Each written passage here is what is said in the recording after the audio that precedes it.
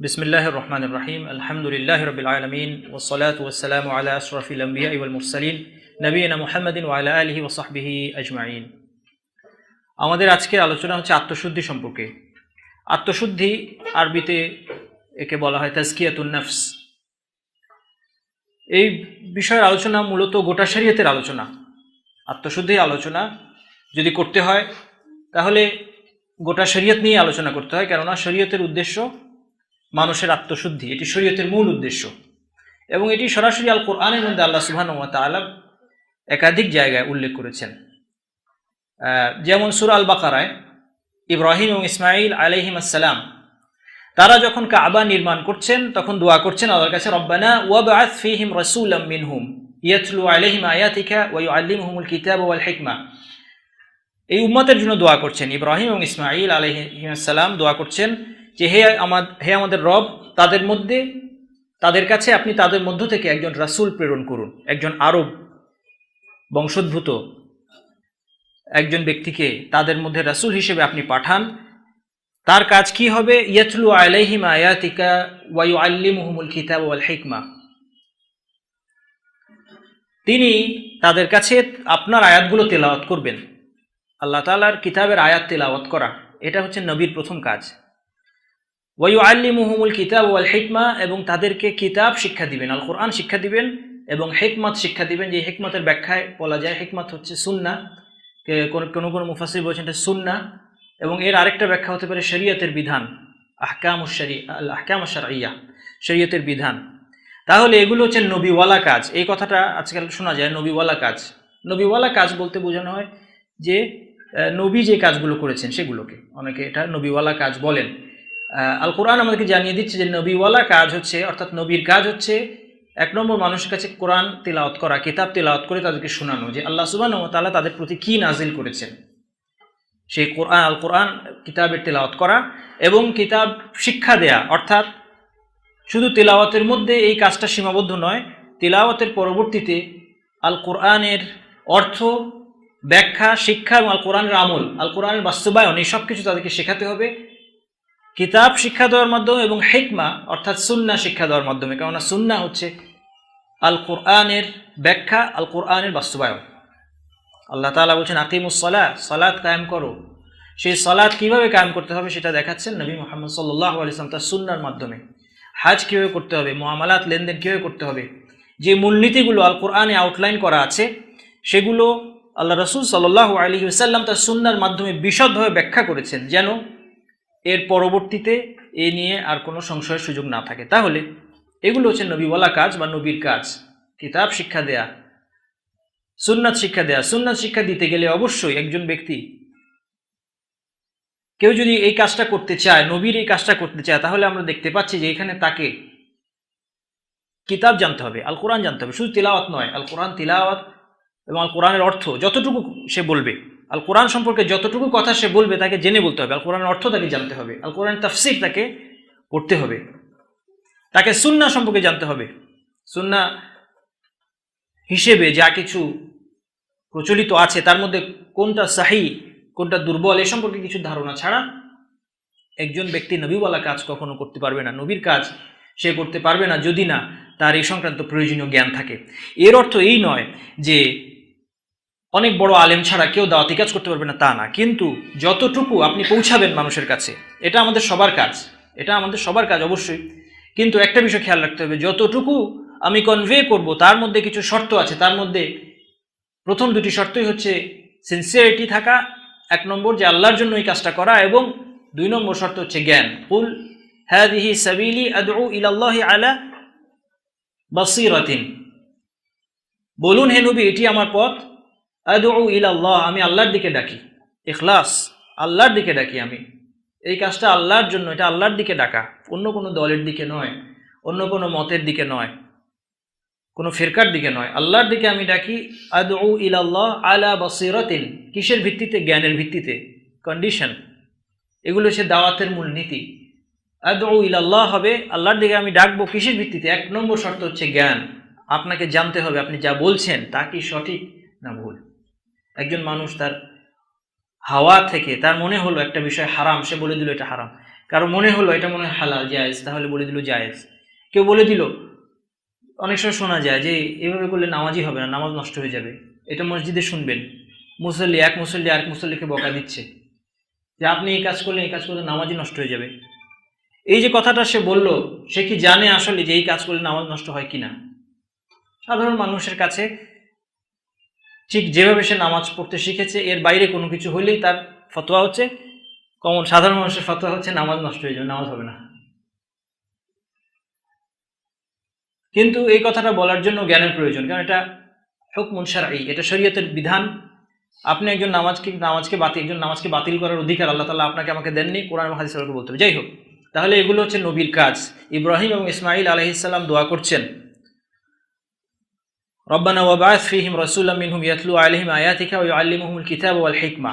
এমন একজন রাসূল তাদের মধ্যে আপনি পাঠান, যিনি তাদেরকে কোরআন তেলাওয়াত করে শোনাবেন, আপনার কিতাব, আপনার আয়াতগুলো তেলাওয়াত করবেন এবং তাদেরকে কিতাবের অর্থ, ব্যাখ্যা, শিক্ষা এগুলো তাদের কাছে ব্যাখ্যা করবেন এবং হিকমাত অর্থাৎ সুন্নাহর মাধ্যমে একে আরও সুস্পষ্টভাবে ব্যাখ্যা করবেন।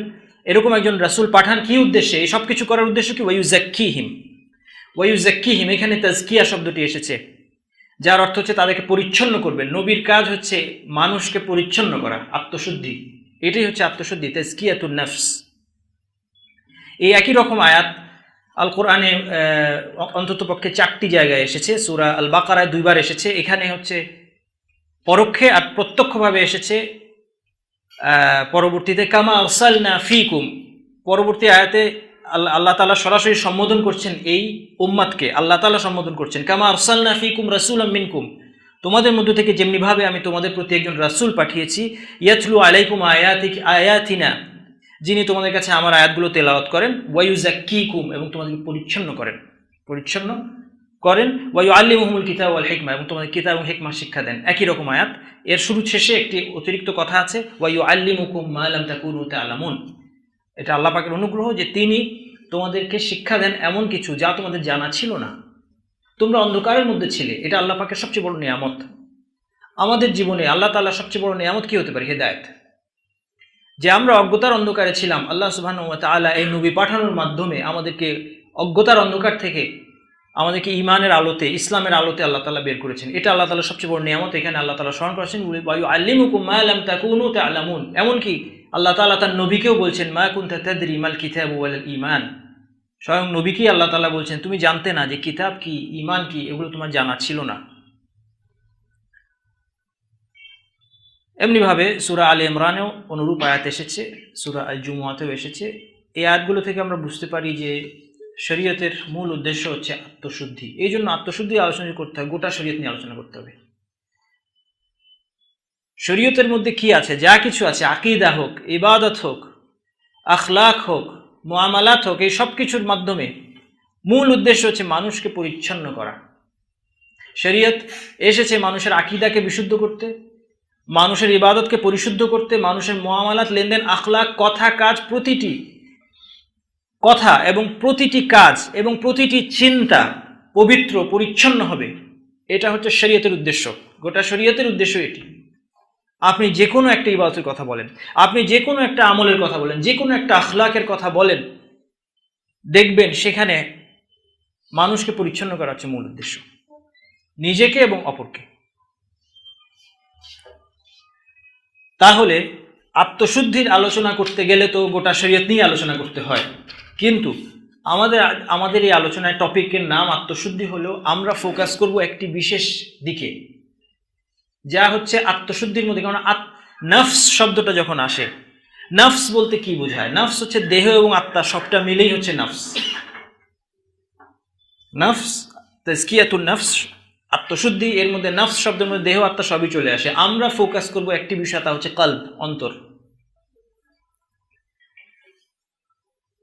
আমাদের আত্মশুদ্ধির আলোচনা সীমাবদ্ধ থাকবে অন্তরের পরিশুদ্ধির ব্যাপারে।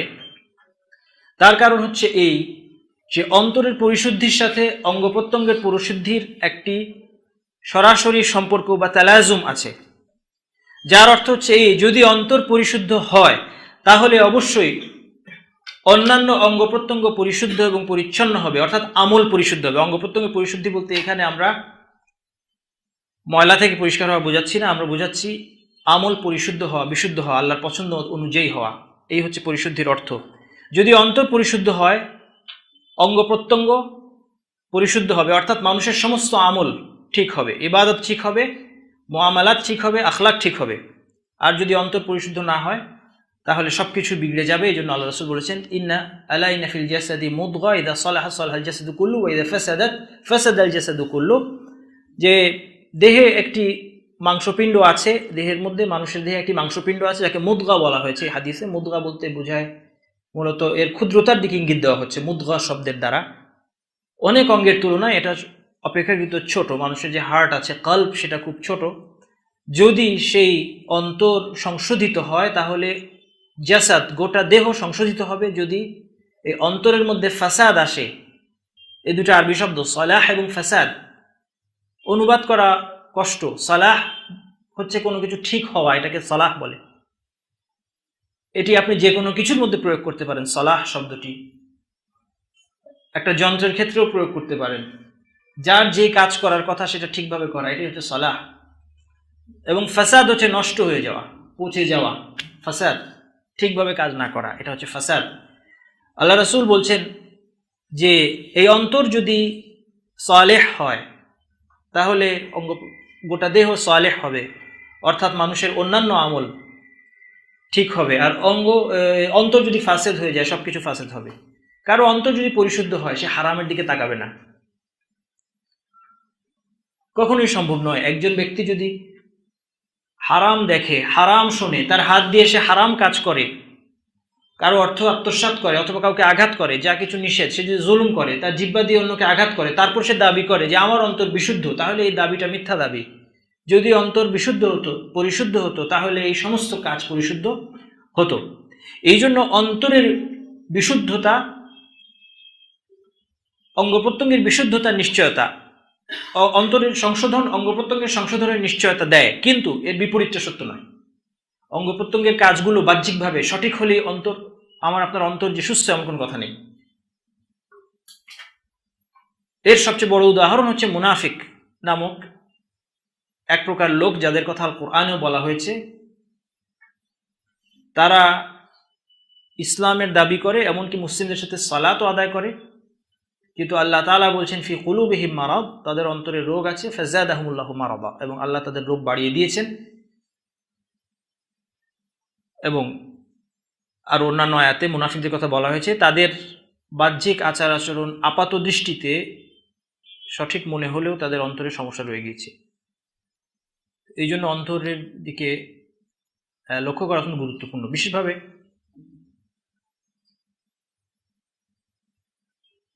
বর্তমান সময়ে আমাদের যে বিভিন্ন সমস্যা আমরা দেখতে পাচ্ছি মুসলিম সমাজে, ব্যক্তিগত জীবনে হোক, সামাজিক জীবনে হোক, পারস্পরিক সম্পর্কের ক্ষেত্রে, এই সমস্যার মূল কোথায় বলে আপনারা মনে করেন? মূল হচ্ছে অন্তরে। অন্তর যদি পরিশুদ্ধ না হয়, অন্তর যদি রোগ থেকে মুক্ত না হয়, এবং অন্তরের কিছু আমল এবং অবস্থা আছে, এগুলো যদি সঠিক পর্যায়ে না আসে, তাহলে সেই মানুষ সঠিকভাবে ফাংশন করবে না। ফজরের সলাতে আমি উঠতে পারি না কেন? ফজরের সলাতে ঘুম থেকে আমরা উঠতে পারি না, আমরা দোষ দিই কখনো অ্যালার্ম ঘড়ি, যে অ্যালার্ম ঠিক মতো বাজে না। কখনো দোষ দিতে পারি বিছানার, যে বিছানায় সমস্যা আছে, হয় ঘুম ঠিক মতো হয় না, নয় ঘুম বেশি ভালো হয়, দুই রকম হতে পারে। অথবা আপনি রাত জেগে কাজ করছেন, আমাকে রাত জেগে কাজ করতে হয়, অথবা রাত জেগে পড়তে হয়, বিভিন্ন আপনি অনেক কিছুকে আপনি ব্লেম দিতে পারেন। কিন্তু বাস্তবতা হচ্ছে মূল সমস্যা অন্তরে। অন্তরে যদি ভয় থাকতো, আল্লাহ তাআলার কাছে জবাবদিহিতার ভয় থাকতো, তাহলে আপনি অবশ্যই উঠতেন। যদি অন্তরে লজ্জা থাকতো যে আল্লাহ তাআলা আমাকে ডাকছেন, লজ্জা, এগুলো অন্তরের আমল, এগুলো অন্তরের আমল এবং অবস্থা। অন্তরে ভয়টা উৎস হচ্ছে অন্তরে। লজ্জা, এই লজ্জা বলতে আমি বুঝাচ্ছি, এটা হচ্ছে আল্লাহর কাছে লজ্জা পাওয়া, আল্লাহ সুবহানাহু ওয়া তাআলার আদেশ পালন না করার যে লজ্জা, আল্লাহ তাআলা আমাকে ডাকছেন, আমি সে ডাকে সাড়া দিচ্ছি না, এই অনুভূতি যদি অন্তরে থাকতো, তাহলে আমরা অবশ্যই ফজরের সালাত আমাদের মিস হতো না। আমরা তো কখনো প্লেন মিস করি না, আমরা ট্রেন মিস করি না। আমাদের ফ্লাইট থাকলে ভোরবেলা উঠে ধরতে পারি, গভীর রাত্রে গিয়ে আমরা প্রয়োজনে ফ্লাইট ধরতে পারি, গভীর রাত্রে আমরা বাস ধরি, অথবা ভোরবেলা ট্রেন ধরি, কিন্তু ফজরের সালাত মিস হয় কি জন্য? অন্তরের সমস্যা, ঝগড়া বিবাদ, গালমন্দ, যা কিছু মারামারি হানাহানি যা কিছু দেখছেন, অন্তরে ক্রোধ আছে মানুষের।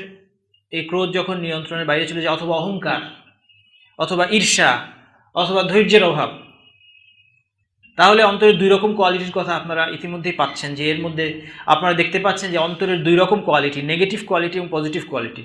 এই নেগেটিভ কোয়ালিটি থেকে অন্তর মুক্ত হবে এবং পজিটিভ কোয়ালিটিগুলো সঠিক মাত্রায় থাকবে। এই হচ্ছে অন্তরের পরিশুদ্ধির অর্থ।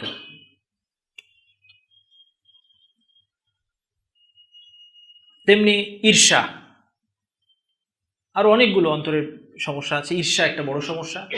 ঈর্ষার কারণে দেখুন, আমরা নিজেদেরকে আমাদের যাচাই করা দরকার। একজন মানুষের ভালো উন্নতির কথা শুনলে আমাদের কি ভালো লাগে নাকি দুঃখ লাগে একটু মনের গভীরে?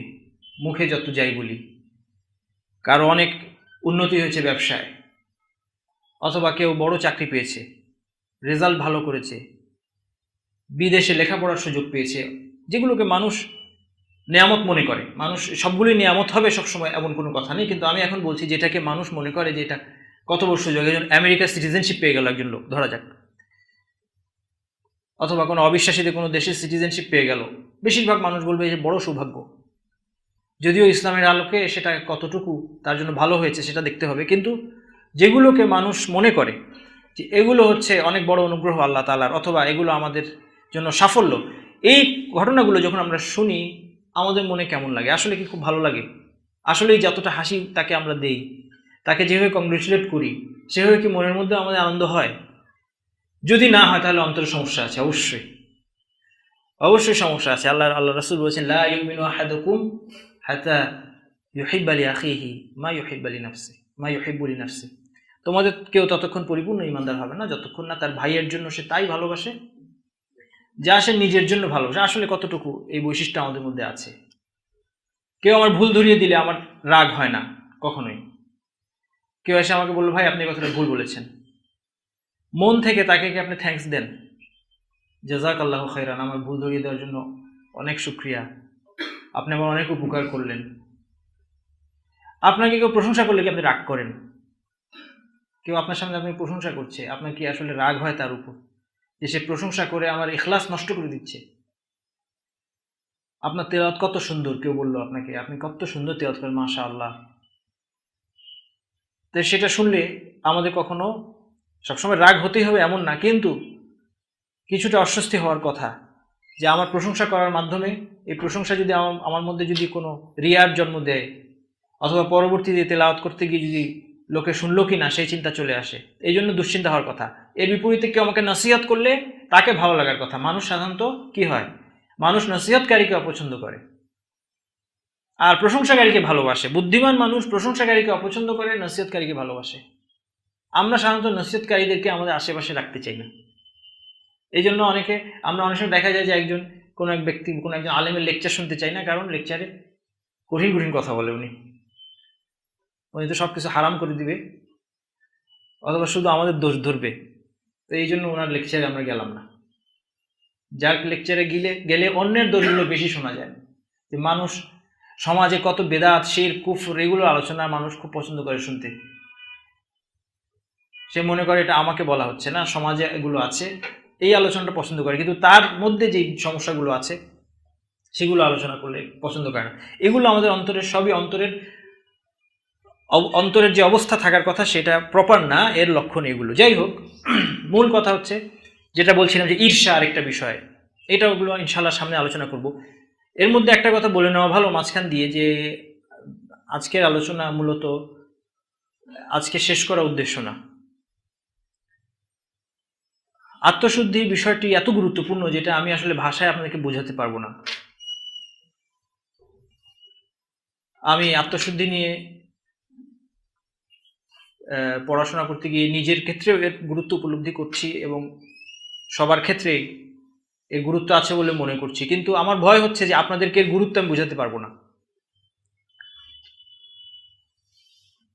এর গুরুত্ব সম্পর্কে মুখে বলে আপনাকে বোঝাতে পারবো না, তবে চেষ্টা করছি, আল্লাহ তৌফিক দেখ আমাদেরকে যেন প্রয়োজনীয় কথাগুলো বলতে পারি। আত্মশুদ্ধি এত ভ্যাস্ট একটা বিষয় এবং এত গুরুত্বপূর্ণ বিষয় যে এ নিয়ে তাড়াহুড়ো করে এক লেকচারের মধ্যে আলোচনা করা কোনো অর্থই হয় না। সেই জন্য আমরা আজকে আত্মশুদ্ধি সম্পর্কে একটা ওভারঅল আইডিয়া দিব ইনশাল্লাহ আপনাদেরকে। আলোচনা বেশিক্ষণ চলবে না, আলোচনা 15-20 মিনিটের মধ্যে ইনশাল্লাহ শেষ। এরপর আপনাদের প্রশ্ন উত্তর থাকলে সে নিয়ে আলোচনা করব। আত্মশুদ্ধি আলোচনা চলবে ইনশাল্লাহ, এটা টু বি কন্টিনিউড।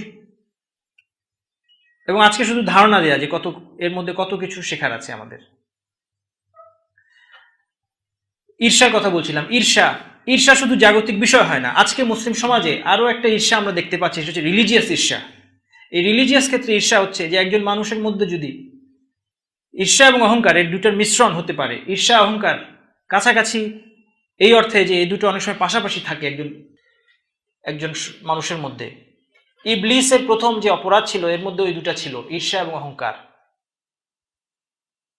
অনেক সময় শ্রেষ্ঠত্ব বোধ থেকে ঈর্ষার জন্ম। এই শ্রেষ্ঠত্ব বোধ হচ্ছে অহংকার, এটা আমরা অনেকে রিয়েলাইজ করি না। আমরা যখন ভাব সম্প্রসারণ লিখেছি অহংকার পতনের মূল, তখন যে অহংকার আমরা শিখেছি আর ইসলামে যে অহংকার এসেছে দুটো এক না। এই জন্য এই প্রত্যেকটা বিষয়ের ব্যাখ্যা আমাদেরকে কোরআন ও হাদিস আলোকে শেখা দরকার। আল কোরআন কাকে অহংকার বলছে? কিবর। আল কোরআন কাকে কিবর বলছে? এই কিবর অনেকের মধ্যে আছে, আমাদের অনেকের মধ্যে আছে,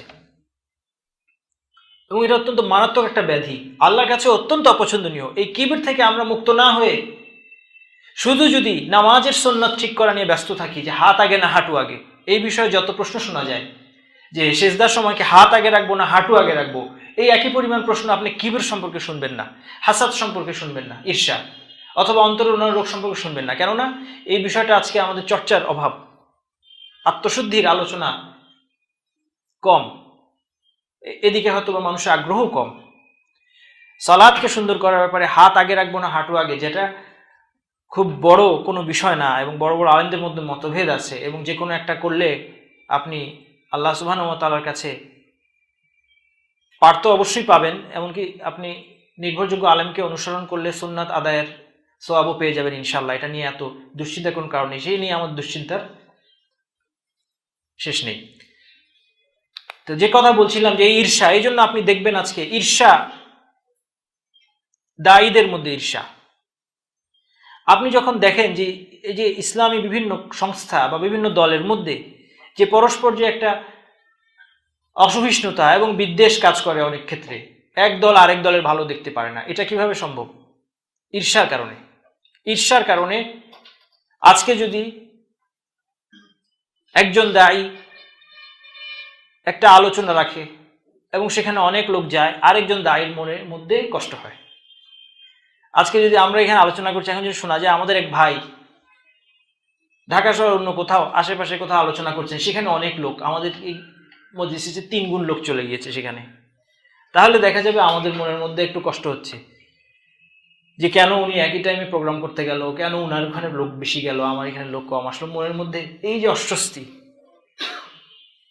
এবং এই অস্বস্তি যখন নিয়ন্ত্রণের মধ্যে থাকে না, এটা যখন মানুষ চিহ্নিত করে, এটা একটা রোগ অন্তরের, একে চিহ্নিত করে দূর করতে হবে। যখন সেটা করে না, তখন দেখা যায় যে এ থেকে এই দুই ভাইয়ের মধ্যে দুজনেই আল্লাহর দিকে মানুষকে ডাকছেন, দুজনেই দায়ী, অথবা দুটা ইসলামী সংস্থার মধ্যে কি কাজ করছে? টেনশন কাজ করছে। তাহলে রিলিজিয়াস বিষয়েও এই জিনিসগুলো আজকে চলে আসছে। মূল কারণ হচ্ছে আত্মশুদ্ধির অভাবে, অন্তরের পরিশুদ্ধির অভাবে। তো যাই হোক, এই সমস্ত বিভিন্ন কারণে আত্মশুদ্ধির আলোচনাটা আমাদের সীমাবদ্ধ থাকবে কলবকে নিয়ে, অন্তরের পরিশুদ্ধি। কেননা অন্তরের পরিশুদ্ধি হলে সবকিছু অর্জন করা সম্ভব। অন্তরে যদি ঈমান থাকে, সত্যি কারো যদি অন্তরে ঈমান থাকে, অবশ্যই সেটা আমলে বাস্তবায়ন হবে। যদি আমলে তার বাস্তবায়ন না হয়, অথচ কেউ দাবি করে যে আমার ঈমান আছে, তাহলে সেই দাবিটা ভুল, সেই দাবিটা মিথ্যা। অনেকে বলে যে আমার মনটা ভালো, আমার নিয়ত ভালো, আমার মন ভালো, আমার ইন্টেনশন ভালো, আমি লোকটা ভালো, নামাজ না পড়লেও, রোজা না রাখলেও, ইবাদত না করলেও আমি মূলত লোকটা ভালো, আমার মনটা পরিচ্ছন্ন। এই ভুল ধারণা তিনি যে মনে করছেন তার মনটা পরিচ্ছন্ন, এই ভুল ধারণার কারণ হচ্ছে এই যে মনের রোগগুলো কি আসলে তিনি সবগুলো জানেন না, তিনি দুই একটা জানেন এবং হয়তো সত্যি দুই একটা রোগ থেকে তিনি মুক্ত। এটা হতে পারে না? একজন মানুষের ঈমান নেই কিন্তু তার মনের মধ্যে ঈর্ষা কাজ করে না, এটা হতে পারে, সম্ভব। একজন ব্যক্তির ঈমান নেই কিন্তু তার মনের মধ্যে অহংকার নেই, এটাও সম্ভব। অর্থাৎ মানুষের ক্ষেত্রে তার অহংকার নেই, হতে পারে। কিন্তু অন্তরের রোগ আরো ব্যাপক। এই সমস্ত রোগ থেকে মুক্ত হলে তখন একজন মানুষ বলতে পারে আমি পরিচ্ছন্ন হৃদয় অধিকারী, এবং প্রকৃত মুমিন কখনোই সেটা বলবে না। আপনি একটা কাজ করলেন, করে মনে করলে কি সুন্দর কাজ করেছি আমি, কত সুন্দর করে নামাজ পড়লাম, কত সুন্দর করে কোরআন তেলাওয়াত করলাম, কত সুন্দর করে লেকচার দিলাম, এগুলোকে অজীব বলে। আমরা আসুন অন্তরের গুরুত্বের ব্যাপারে এই বিষয়টা বোঝার জন্য কোরআন এবং হাদিসের থেকে কোরআনের কিছু আয়াত দেখি এবং কিছু হাদিস দেখি। এই প্রসঙ্গে একটা বিষয় বলা ভালো যে অন্তরের পরিশুদ্ধি নিয়ে যে কথা, তাজকিয়া নিয়ে যে আলোচনা, এটাকে অনেকে তাসাউফের সাথে কনফিউজ করেন। তাসাউফ, যাকে সুফিবাদও বলা হয়, অনেকের ধারণা আছে যে সুফিবাদ বা তাসাউফের সাথে অন্তরের পরিচ্ছন্নতার একটা সম্পর্ক আছে। এটা আমি অনেক দায়ীদেরকেও এটা আমি বলতে শুনেছি বা তাদেরকে লিখতে দেখেছি যে তারা অনেকে বলতে চান যে আসলে তাসাউফের ব্যাপারটা হচ্ছে মূলত অন্তরকে ঘিরে। তাসাউফ একটা সায়েন্স এবং এর উদ্দেশ্য মানুষের অন্তরকে পরিচ্ছন্ন করা। এই ধারণাটা ঠিক না, এই ধারণা ভুল। তাসাউফের সাথে অন্তরের পরিশুদ্ধির কোনো সম্পর্ক নেই, এটা মাথায় রাখতে হবে। অন্তরের পরিশুদ্ধির বিষয়টি সরাসরি আমাদের শরীয়তের মধ্যে এসেছে, শরীয়তের বাইরে যাওয়ার কোনো সুযোগ কখনোই নেই।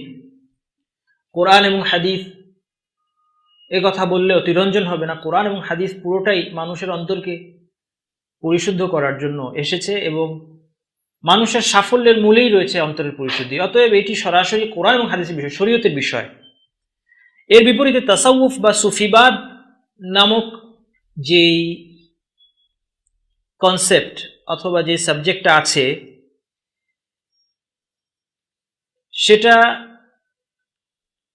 সেটার মূলে যদি আমরা ফিরে যাই তাহলে সেখানে দেখব যে সেটা মূলত এর মধ্যে যে ধ্যান ধারণাগুলো আছে সেটা মূলত মানুষকে ইসলামের বাইরে নিয়ে যায়, অর্থাৎ ইসলামের সাথে সাংঘর্ষিক, ইসলামের সাথে সরাসরি সাংঘর্ষিক। এবং আদৌ তাসাউফের সাথে অন্তরের কোনো সম্পর্ক নেই মৌলিকভাবে। এই বিষয়টা এখন আমরা আলোচনা করব না, ইনশাআল্লাহ এটা একটা ধারণা দিয়ে রাখলাম আপনাদেরকে। ভবিষ্যতে কখনো চেষ্টা করব তাসাউফ সম্পর্কে বিস্তারিত আলোচনা করতে, যে তাসাউফের উৎস কি, তাসাউফ কিভাবে আসলো, এবং তাসাউফ নামক সাবজেক্টের মধ্যে কোন কোন বিষয় আলোচনা করা হয়, কি কি ধ্যান ধারণা পোষণ করা হয়। যাই হোক, তাহলে এটা খেয়াল রাখতে হবে যে তাজকিয়ার বিষয়টি আমরা যেটা আলোচনা করব সরাসরি কোরআন এবং হাদিসের আলোকে, কোরআন এবং হাদিসের আলোকে, এবং এটি সরাসরি শরীয়তের একটি অংশ, শরীয়তেরই একটি বিষয়। কোরআন এবং হাদিসের মাধ্যমে মানুষকে এর শিক্ষা দেওয়া হয়েছে এবং যুগে যুগে আমাদের আলেমগণ, কোরআন এবং সুন্নাহর আলোকে যারা গবেষণা করেন, সেই সমস্ত আলেমগণ তারা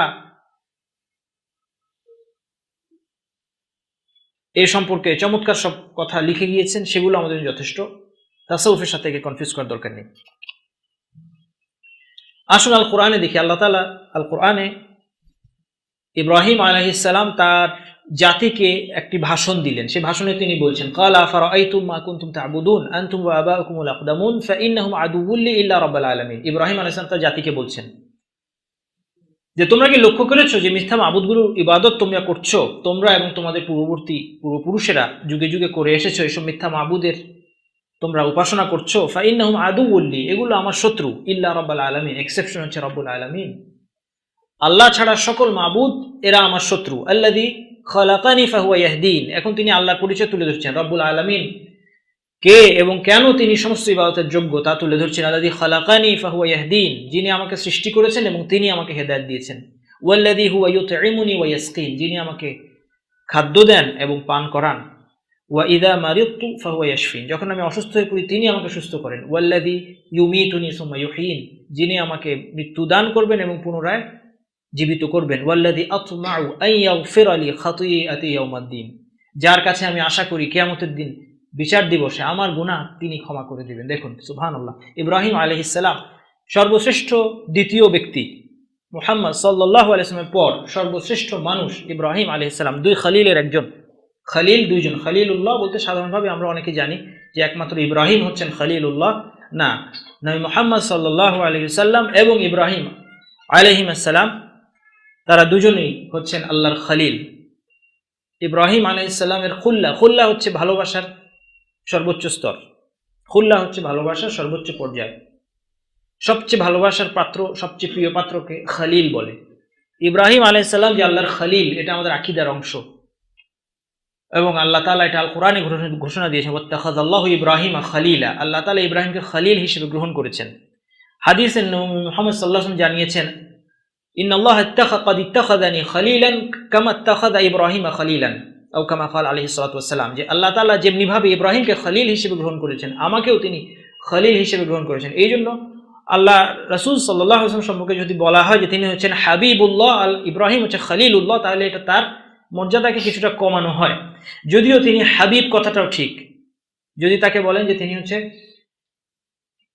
হাবিবুল্লাহ, এই কথাটাও ঠিক। আরবিতে একটা প্রবাদ আছে, যদি বলা হয় যে কোনো তলোয়ারকে যদি বলা হয় যেটা লাঠির চেয়ে বেশি ধার, তাহলে তলোয়ারের কি মর্যাদা বাড়ে না কমে? কথা তো সত্য, লাঠির চেয়ে অবশ্যই তার ধার বেশি, কিন্তু তলোয়ারকে লাঠির চেয়ে ধার বললে তলোয়ারের মর্যাদা আরো কি হয়, কমে যায়।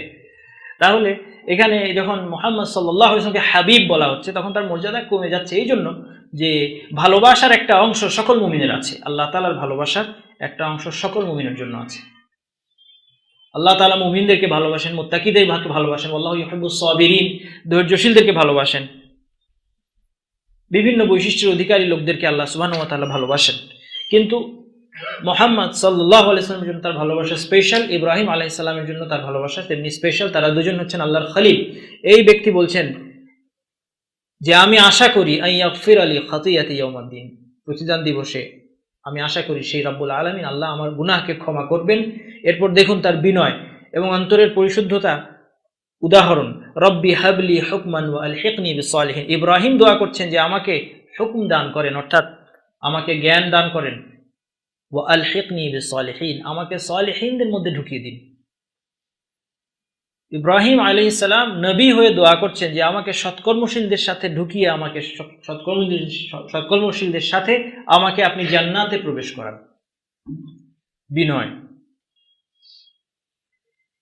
ওয়াগফির লি আবি ইন্নাহু কানা মিনাদ দাল্লিন, আমার বাবাকে ক্ষমা করে দিন, তিনি পথভ্রষ্টদের অন্তর্ভুক্ত। অর্থাৎ তিনি বলতে চাচ্ছেন আমার বাবাকে হেদায়েত দিন এবং এরপর তাকে ক্ষমা করুন। ওয়ালা তুখজিনি ইয়াওমা ইউবাসুন, কিয়ামতের দিন যেদিন তাদেরকে পুনরুত্থিত করা হবে মানুষকে, সেদিন আমাকে আপনি লাঞ্ছিত করবেন না।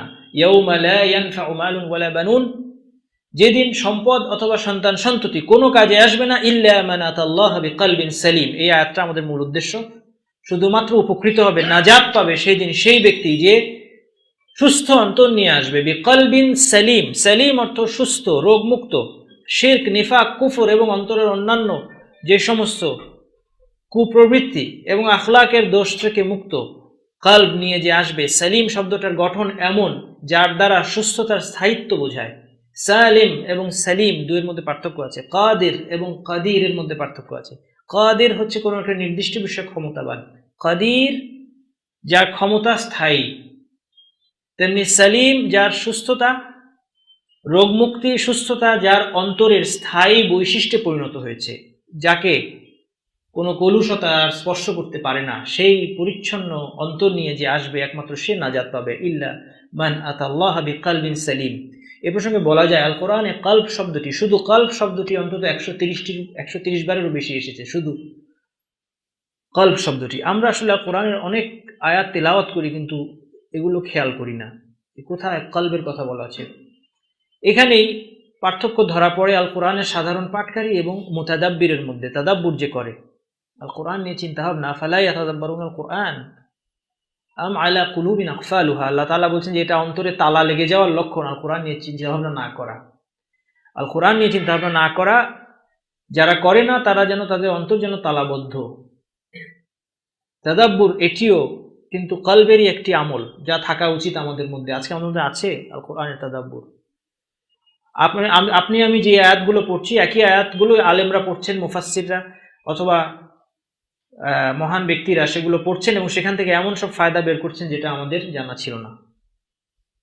কিভাবে? তাদাব্বুরের মাধ্যমে। এমন নয় যে তাদের কাছে কোনো গোপন জ্ঞান আছে যেটা আমার কাছে নেই, না।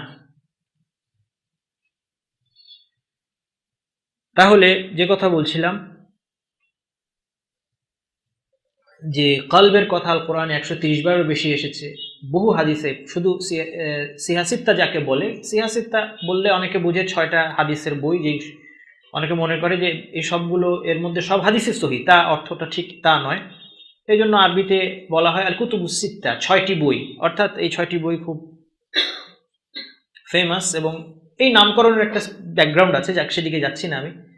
তো এই 6টি বই আমরা জানি এগুলোর কথা: বুখারী, মুসলিম, আন-নাসাই, ইবনু মাজাহ, সুনান আবি দাউদ, তিরমিজি, এবং এই 6টি বই, এবং প্লাস যদি ইমাম আহমদের মুসনাদ ধরি, এই 7টি কিতাবের মধ্যে অন্তত 200টি হাদিস আছে যেখানে কলবের কথা এসেছে কলব হিসেবে।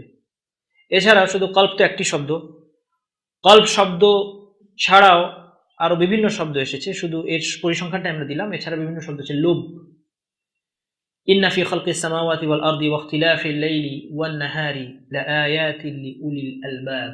আলবাব হচ্ছে লুব থেকে। এরপর ফুআদ, ইন্না সামআ ওয়াল বাসার ওয়াল ফুআদা কুল্লু উলাইকা কানা আনহু মাসউলা। এখানে ফুআদ শব্দটি এসেছে যে একজন ব্যক্তিকে তার দেখা, শোনা, অন্তর, এই সব কিছুর ব্যাপারে তাকে জিজ্ঞাসা করা হবে, ফুআদ। তাহলে এই থেকে আমরা বুঝতে পারি যে কলবের ব্যাপারে কোরআন এবং হাদিস অত্যন্ত যত্নশীল। কলবের বিভিন্ন সমস্যা, অন্তরের বিভিন্ন আমল, অন্তরের বিভিন্ন অবস্থা কোরআন এবং হাদিস বিভিন্নভাবে তুলে দেওয়া হয়েছে। এই জন্য আল্লাহ রাসূলের দোয়া হিসেবে বর্ণিত আছে যে তিনি দোয়ার মধ্যে বলতেন আল্লাহুম্মা ওয়া আসআলুকা কলবান সালিমা, আমি আপনার কাছে সুস্থ অন্তর চাই, আল্লাহ রাসূল সাল্লাল্লাহু আলাইহি ওয়াসাল্লাম বলতেন। এবং তিনি দোয়া করতেন ইয়া মুকাল্লিবাল কুলুব সাব্বিত কলবি আলা দীনিক, হে অন্তরের পরিবর্তনকারী, সাব্বিত কলবি আলা দীনিক, আমার কলবকে আপনি আপনার দ্বীনের উপর সাবাত দান করুন, প্রতিষ্ঠিত করুন, সুপ্রতিষ্ঠিত রাখুন, দ্বীনের উপর অন্তর যেন স্থির থাকে। এটিও একটি গুরুত্বপূর্ণ পয়েন্ট, আমরা ইনশাআল্লাহ পরে আলোচনা করব, এটা এখন আলোচনার মধ্যে নাই। সেটা হচ্ছে যে কলব যদি আমরা পরিশুদ্ধ করতে চাই, আমাদেরকে সর্বপ্রথম ধর্ণা দিতে হবে আল্লাহর কাছে, কারণ আল্লাহ তাআলার হাতে কলব, কলবের নিয়ন্ত্রণ। এই জন্য কলব পরিবর্তনশীল। এই কলবের অবস্থা আপনার সকালে যা ছিল আজকে এখন হয়তো তা নেই, আবার রাত্রিতে হয়তো সেটা থাকবে না। আজকে যে অবস্থা কালকে হয়তো তা থাকবে না, পরিবর্তনশীল। এই জন্য বলা হয়েছে যে কলবকে কলব বলা হয় তাকাল্লুব থেকে। তাকাল্লুব মানে পরিবর্তন, এটা দ্রুত পরিবর্তন হয়। আমরা যে কলবের কথা বলছি দ্রুত পরিবর্তন হয়, সেটা কিন্তু ফিজিক্যাল কলব না, যদিও ফিজিক্যাল কলবের সাথে তার সম্পর্ক আছে। অর্থাৎ মানুষের দেহে হার্ট নামক যে অঙ্গ আছে, সেই অঙ্গের কথা আমরা বলছি না। আমরা যে কলবের কথা বলছি এর সাথে হার্টের কোনো একটা সম্পর্ক আছে, কিভাবে সেটা সম্পৃক্ত আমাদের জানা নেই। কিন্তু যে কলবের কথা আমরা বলছি সেটা হচ্ছে সেই কলব যা মানুষের উপলব্ধি এবং চিন্তাভাবনার কেন্দ্র, এবং যেখানে মানুষের ঈমান এবং আকীদা এবং বিভিন্ন অনুভূতি অবস্থান করে। আমরা সবাই সেটা জানি অভিজ্ঞতা থেকে। আমাদের ভালোবাসা কোথায়? কলবে। আমাদের ভয় কোথায়? কলবে। আমাদের আশা, দুশ্চিন্তা, সুখ, দুঃখ কোথায়? কলবে। সে কলবের কথা বলা হচ্ছে, যে কলবটা গায়েব, যে কলবটা অদৃশ্য। আর দৃশ্যমান একটা অঙ্গ তো আছে যাকে হার্ট বলা হয়, সেটাকেও কলব বলা হয়। এর সাথে সে গায়েব যে অদৃশ্য কলবের একটা সম্পর্ক আছে, কিভাবে সেটা আমাদের জানা নেই, আল্লাহ আমাদেরকে জানাননি। কলবের কথা আরো বহু আয়াত এবং হাদিসে এসেছে, আমরা দুই একটা পড়ে আজকে আলোচনা শেষ করে দিব। আপনাদের কোশ্চেন থাকলে এখন থেকে আমাকে দিয়ে দিতে পারেন। ওয়াউজলিফাতিল জান্নাতু লিল মুত্তাকিনা গায়রা বাঈদ, আল্লাহ তাআলা কিয়ামতের দিন বলছেন যে জান্নাতকে মুত্তাকিদের নিকটবর্তী করা হবে।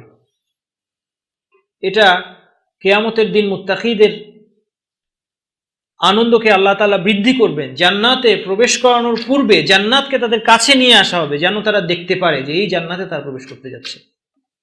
ওয়াউজলিফাতিল জান্নাতু লিল মুত্তাকিন গায়রা বাঈদ, কাছে নিয়ে আসা হবে, দূরে নয়। হাযা মা তুআদুনা লিকুল্লি আওয়াবিন হাফিজ, আল্লাহ তাআলা বলেন এই প্রতিশ্রুতি তোমাদেরকে দেয়া হয়েছে প্রত্যেক আওয়াব, গুনাহ থেকে তওবাকারী এবং হাফিজ।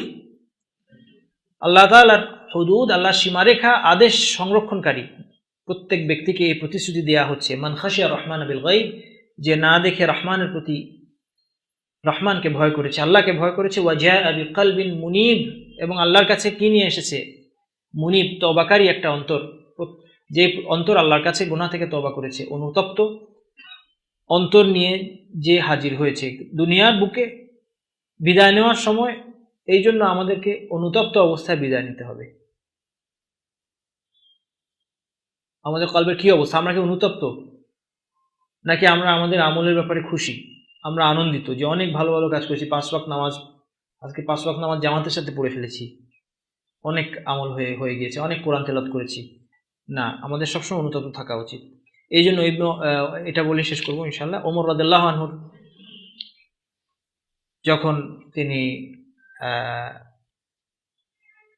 তাকে আহত করলো একজন আততায়ী, এবং সেই ফজরের সালাতে তাকে আহত করলো, এবং তিনি সেই রোগে সেই আঘাত থেকে তিনি মৃত্যুবরণ করেন। তো তিনি যখন অসুস্থ অবস্থায়, তখন ইবনু আব্বাস রাদিয়াল্লাহু আনহু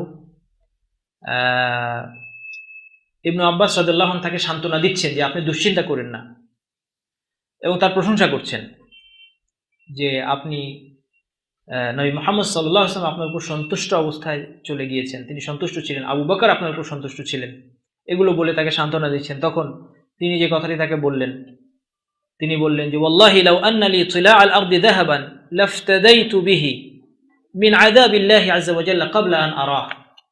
আল্লাহর শপথ, যদি আমার এই পৃথিবী পূর্ণ স্বর্ণ থাকতো, আমি এই পৃথিবী পূর্ণ স্বর্ণ দিয়ে আল্লাহর আযাব দেখার আগেই, আল্লাহর আযাব আমি দেখাও আমার পক্ষে সহ্য করা সম্ভব না, আল্লাহর আযাব দেখার আগে আমি এই পৃথিবী পূর্ণ স্বর্ণ দিয়ে হলেও আমি আমার নিজের মুক্তি ক্রয় করতাম এই আযাব থেকে, আল্লাহর শাস্তি থেকে। তাহলে ওমর রাদিয়াল্লাহু আনহুর মতো মানুষ, এই উম্মতের দ্বিতীয় সর্বশ্রেষ্ঠ ব্যক্তি আবু বকর রাদিয়াল্লাহু আনহুর পর ওমর, তিনি এরকম মনোভাব নিয়ে বিদায় নিচ্ছেন। আমাদেরকে দুনিয়া থেকে এই মনোভাব নিয়ে বিদায় নিতে হবে, অনুতপ্ত অবস্থায় আমাদেরকে, এবং সমস্ত গুনাহ থেকে তওবা করা অবস্থায় আমাদেরকে বিদায় নিতে হবে। এই হচ্ছে কলব মুনিব। এই অন্তরকে আল্লাহ তাআলা বলেছেন কলব মুনিব, এবং তার জন্য তাকে মুত্তাকিদের অন্তর্ভুক্ত ধরা হবে, এবং কিয়ামতের দিন জান্নাতকে তার নিকটবর্তী করা হবে। আলোচনা আমাদের আজকের এখানেই শেষ। আজকে শেষ হবে না, আগেই বলেছি, আজকেও যতটুকু করার কথা ছিল তাও শেষ হয়নি। যতটুকু আজকে করার প্ল্যান ছিল সেই যতটুকু শেষ হয়নি, কোনো অসুবিধা নেই, তাড়া নেই, ইনশাল্লাহ আমরা কন্টিনিউ করব। আলোচনা শেষ। আমি একটু পুরো সাবজেক্টের একটা ওভারভিউ আপনাদেরকে খুব দ্রুত 3-4 মিনিটের মধ্যে, যখন এখনো কোশ্চেন আমার হাতে নাই আমি দেখতে পাচ্ছি, 3-4 মিনিটের মধ্যে আমি একটা সাবজেক্টের একটা ওভারভিউ আপনাদেরকে দিয়ে দিচ্ছি, যে আসলে অন্তরের সুস্থতা, আত্মশুদ্ধির মধ্যে কি কি আলোচনা আসবে। এর মধ্যে আমাদের আলোচনায় আসবে যা যা, আমি শুধু হেডিংগুলো পড়ছি আপনাদের সামনে ইনশাল্লাহ। অন্তরের 3 প্রকার, এটা আসবে। নফসের 3টি বৈশিষ্ট্য, দেহ এবং অন্তরকে সুস্থ রাখার 3টি কাজ, অন্তরের সমস্যার প্রকারভেদ, শাহাওয়াত এবং শুবহাত, এভাবে ভাগ করা যায়। আবার আরেকভাবে ভাগ করা যায়, কিছু সমস্যা তাৎক্ষণিকভাবে মানুষকে কষ্ট দেয়, কিছু সমস্যা পরিণতিতে কষ্ট দেয়। অন্তরের সুস্থতার উপকরণ, হায়াত এবং নূর। কলবের 2টি বৈশিষ্ট্য, ইলম এবং ইরাদা। অন্তরের পরিশুদ্ধির অর্থ এই 2-এর পরিশুদ্ধি। অন্তরের সুস্থতার সাথে সুখের সম্পর্ক। এরপরের বিষয় হচ্ছে আল কোরআনের মধ্যে রয়েছে শিফা। এরপরের বিষয় হচ্ছে অন্তরের রোগ কিংবা সুস্থতার লক্ষণগুলো কি, অন্তরের রোগ এবং এর চিকিৎসা। এরপর আসবে অন্তরের রোগ এবং চিকিৎসা। অন্তরের রোগের মধ্যে আছে কুফর, শিরক, অজ্ঞতা, কিবর, ইবতিদা, বাগি, জাফা। এগুলো সব এখন শুধু নাম শুনিয়ে রাখছি আপনাদেরকে, এগুলো আলোচনা হবে সামনে। বুখল, শুহ, তামা, জুবন, জাযা, জুহুদ, ইসরাফ, নিফাক, খিদা, খিয়ানা, তুগয়ান, আজালা, গিশ, গিল, কাসওয়া, কুনুত, ফুসুক, মাকর, কাইদ ইত্যাদি। এগুলো অন্তরের বিভিন্ন রোগের নাম, আরও আছে, এবং সবগুলো কোরআন এবং হাদিসের আলোকে। এটা এমন না যে অন্য কোনো সোর্স থেকে এসেছে, তা নয়, কোরআন এবং হাদিসের আলোকে। অন্তরের বিভিন্ন অবস্থা আছে রোগ ছাড়াও। এই অবস্থাগুলো হচ্ছে, এগুলো হচ্ছে পজিটিভ কোয়ালিটি, যেগুলো অন্তরে থাকা দরকার। যেমন আল্লাহর ভালোবাসা, আল্লাহর ভয়, আল্লাহর সওয়াবের আশা, সবর, শুকর, তাওয়াক্কুল, ওয়ারা, জুহুদ, রিদা। এগুলো হচ্ছে অন্তরের কোয়ালিটি, পজিটিভ কোয়ালিটি, যেগুলো অন্তরে থাকা উচিত। এগুলো ইনশাল্লাহ সামনে আলোচনা আসছে। আর অন্তরের পরিশুদ্ধির জন্য করণীয়, সেটিও আমাদের একটি আলোচনা। এর মধ্যে বিভিন্ন করণীয় কথা সেখানে আছে। আল্লাহকে স্মরণ করা, কোরআন তেলাওয়াত করা, আনুগত্য, আল্লাহ এবং আল্লাহর রাসূলের আনুগত্য, এরপর অনুসরণীয় ব্যক্তিদের অনুসরণ, অন্তরকে বিনম্রকারী আয়াত এবং হাদিস পাঠ, তাকদীরের প্রতি আকীদা পরিশুদ্ধ করা, অতীত প্রজন্মের পরীক্ষা অধ্যয়ন করা, তওবা এবং ইস্তিগফার, মাজলুমের হক দিয়ে দেওয়া, অতিরিক্ত কথা, ঘুম, পানাহার এগুলো বর্জন করা। এরপর বিভিন্ন অবস্থায় কি করা উচিত, অর্থাৎ অন্তরের বিশুদ্ধতা বিনষ্টকারী বিভিন্ন বিষয়ের ক্ষেত্রে মুখোমুখি হলে কি করা উচিত সেগুলো আলোচনা। এরপর সৎসঙ্গ, আল কোরআন এবং হাদিসের দলিল অধ্যয়ন, সন্দেহযুক্ত বিষয় পরিহার করা। এরপরে আলোচনার মধ্যে এটাও থাকবে যে অন্যের অন্তরের হেফাজত আমরা কীভাবে করব, এটিও একটা চ্যাপ্টার যা কোরআন এবং হাদিস আলোকে দেখতে পাই যে শুধু নিজের অন্তর পরিশুদ্ধ করা নয়, বরং মানুষের মধ্যে আপনার কারণে যেন কোনো মানুষের অন্তরে কোনো ফিতনার জন্ম না হয়, সে তা থেকে মানুষের অন্তরকে আপনার মুক্ত রাখার জন্য চেষ্টা করা উচিত, সেখানে করণীয় কী। এছাড়া আরও আছে অন্তরের পরিশুদ্ধতার জন্য দোয়া, কিয়ামুল লাইল, মুহাসাবা ইত্যাদি। এই সমস্ত বিষয়ের আলোচনা ইনশাআল্লাহ আগামী ক্লাসগুলোতে আসছে। আজকে আলোচনা এখানেই সমাপ্ত। সুবহানাকাল্লাহুম্মা ওয়া বিহামদিকা আশহাদু আল্লা ইলাহা ইল্লা আনতা আস্তাগফিরুকা ওয়া আতুবু ইলাইক।